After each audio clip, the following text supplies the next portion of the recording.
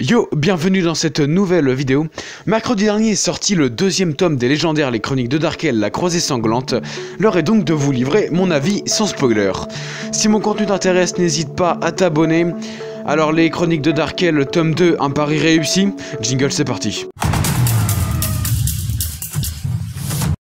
Cette critique a été volontairement moins écrite que ce que j'ai l'habitude de faire pour viser quelque chose de plus spontané et vous me direz ce que vous en pensez. Donc je vais commencer d'emblée, ce tome est à mes yeux une réussite dans le sens où il arrive à faire ce qu'il veut faire, nous divertir. Les dessins sont très sympathiques, ils sont signés comme le premier opus par Orpheline et vous verrez après lecture, certaines cases vous resteront en tête. Pour ce qui est de l'histoire, ce qui est très plaisant, c'est que donc dans notre premier opus, on avait différents personnages qui étaient éclatés dans différents endroits de l'univers et là donc dans ce deuxième opus, ils sont tous rassemblés à Sable Doré et donc on a un unique lieu d'action. L'histoire fait sens, on comprend la place de chaque personnage dans l'intrigue. On n'a pas ce sentiment qu'on avait au premier opus de suivre des personnages sans trop savoir pourquoi. Les différentes intrigues se sont scindées en une. À ça s'ajoutent de sacrés twists, des surprises qui vont marquer la fin du tome et dont je vous rassure, je vous dirai rien du tout. Mais toujours est-il qu'une des qualités de ce tome est qu'il ne va pas rester sur ses acquis et va essayer de vous surprendre. Voilà, donc on a un scénario maîtrisé et on sent que Patrick Sobral s'amuse avec ses personnages qu'il a installés lors du premier opus, avec des relations et des conflits qui se tissent. Sinon, petit bémol par moment où à certains passages on a du mal à sentir les enjeux. Ça arrive plusieurs fois dans le tome où parfois on a du mal à sentir les enjeux,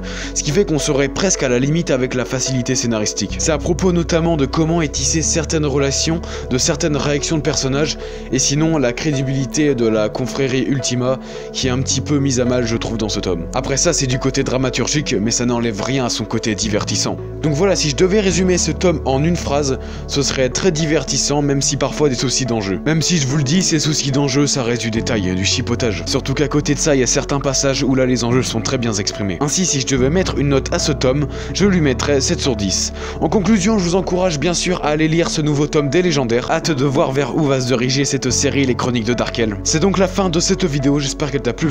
Je t'invite à ton tour à me dire en commentaire ce que tu as pensé de ce tome des légendaires. Sinon, je t'invite vivement à aller découvrir ma deuxième chaîne YouTube, Bastien Varin, où j'y ai publié un court-métrage Le Sang de Glace, divisé en 6 épisodes. C'est le fruit d'une dizaine de mois de travail, ça nous a même valu quelques articles dans les journaux. Vous pouvez retrouver ça, lien en description, et sinon avec l'écran de fin. Je vous quitte avec la bande-annonce. Sur ce, portez-vous bien, je vous dis à bientôt, salut. L'objet est peut-être petit, mais l'enjeu, lui, est universel.